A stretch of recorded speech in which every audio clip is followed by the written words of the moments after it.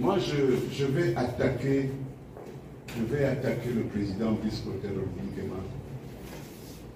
Même si au niveau du Gabon, le tribunal ne fait rien. Mais si cette constitution passe, je vais attaquer le président Brice Clotaire Oligui Nguema. Parce que c'est une constitution dangereuse pour notre pays, pour la cohésion de notre pays. C'est une constitution dangereuse pour notre jeunesse.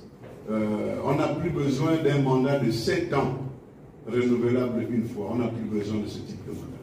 Et vous voyez, il y a tellement de non-dits dans cette nouvelle constitution que si on la laisse passer en l'état, mais je vous assure que c'est 60 ans encore et nous ne serons plus là. Moi, je ne serai plus là. Nous devons attirer l'attention du président Brice Clotaire Oligui Nguema pour lui dire que cette constitution n'est pas bonne. Et si cette constitution n'est pas bonne, il faut trouver peut-être des voies politiques pour faire en sorte que nous puissions sortir de ce cauchemar, parce que le président est dans un cauchemar, il est dans un tourbillon. Il faut l'aider, hein, d'abord, qu'on s'entende bien, il faut l'aider à sortir de là, parce que la transition, tout compte fait, c'est paradoxal, hein, c'est une bonne chose finalement. On peut, en toute chose, malheur est bon. La constitution, la transition, il faut aider le président à sortir du trou, parce qu'il est vraiment dans un trou. Donc, moi, je crois que ce qui s'est passé le 31 décembre est inadmissible et intolérable. Madame le ministre des Indes, chargée des réformes, là, vraiment, elle aussi, elle doit être triste. D'abord, elle a organisé un dialogue qui n'a rien donné de positif. Et là, elle remet au président de la transition un document qui va être de toute façon combattu, qui va être corrigé, c'est pas normal pour les gens qui sont des intellectuels, ce sont des professeurs de droit qui ont réfléchi sur ce projet de constitution et c'est inadmissible. On ne peut pas faire ça à un pays. Le président Brice Clotaire Oligui Nguema a été piégé, la presse, aidez-le à sortir de là. Et donc, en termes de mot de fin, je pense que c'est ça. En termes de mot de fin, je dois vous dire encore une fois merci. Merci d'être venu.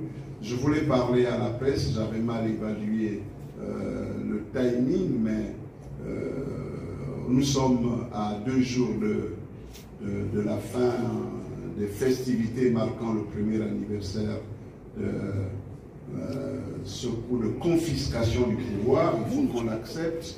Il faut qu'on l'accepte. Ce n'est pas un coup de libération, c'est un coup de confiscation du pouvoir. Je vous le dis. C'est un coup, c'est une arnaque, grandeur nature. C'est une plaisanterie de mauvais goût. Ceux qui pensent que il faut attendre la volonté, l'opinion des Gabonais.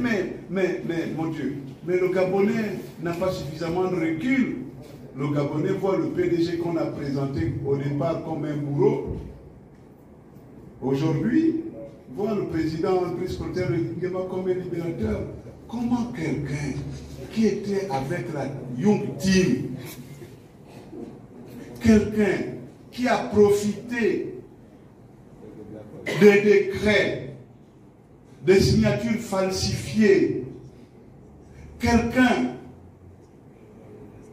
qui est immensement riche, de manière tout à fait blâmable, parce qu'il est riche.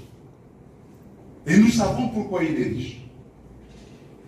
Il vient nous donner des leçons de vie. Oui, l'enfer, je pense que lorsqu'on est chrétien, on prie. Et il n'ira pas en enfer, en tout cas,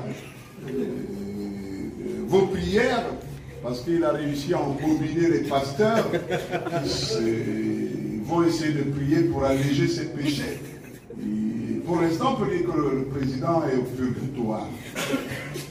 Alors, s'il est au purgatoire, qu'il laisse,